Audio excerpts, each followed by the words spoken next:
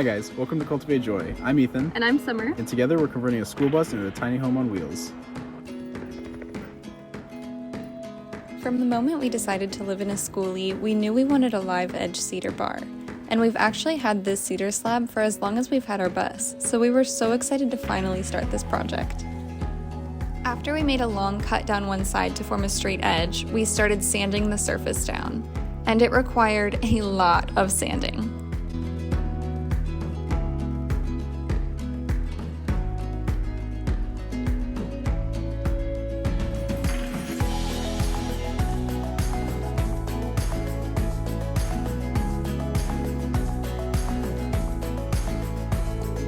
We decided to stain along the side of our slab to really make that live edge stand out, and we were so happy we did this step. It's a must for that gorgeous contrast, and it really makes the bar look more natural.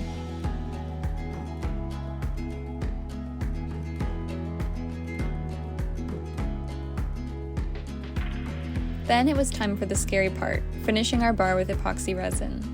We were really worried about messing this up and ruining all of our hard work and a very expensive piece of wood. But it ended up being a pretty simple process.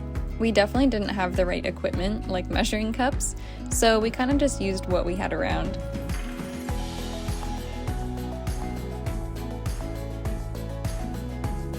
It was pretty messy to spread, but we were so happy with the gorgeous color that the resin brought out of the wood.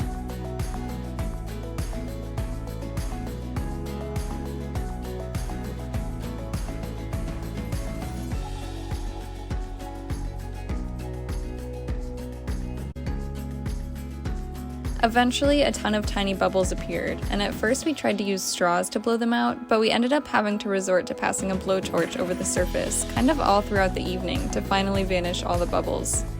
Once the first coat was dry, we lightly sanded it and did a second coat for a more even finish.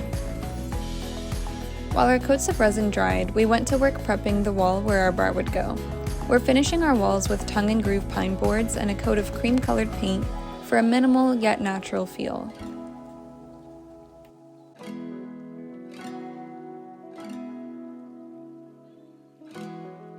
Then we secured these heavy-duty brackets that we spray painted black in just the right spots, and it was finally time to retrieve our bar.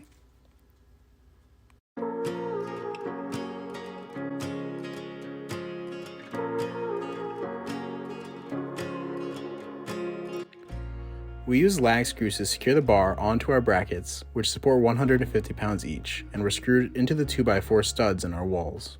Once our bar was up, we deleted this window and completed the remaining area of the wall.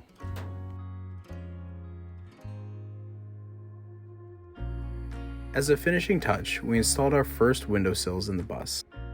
We painted these with mold-resistant primer since they'll be so close to potential condensation, and we just love how the white trim brightens our windows up.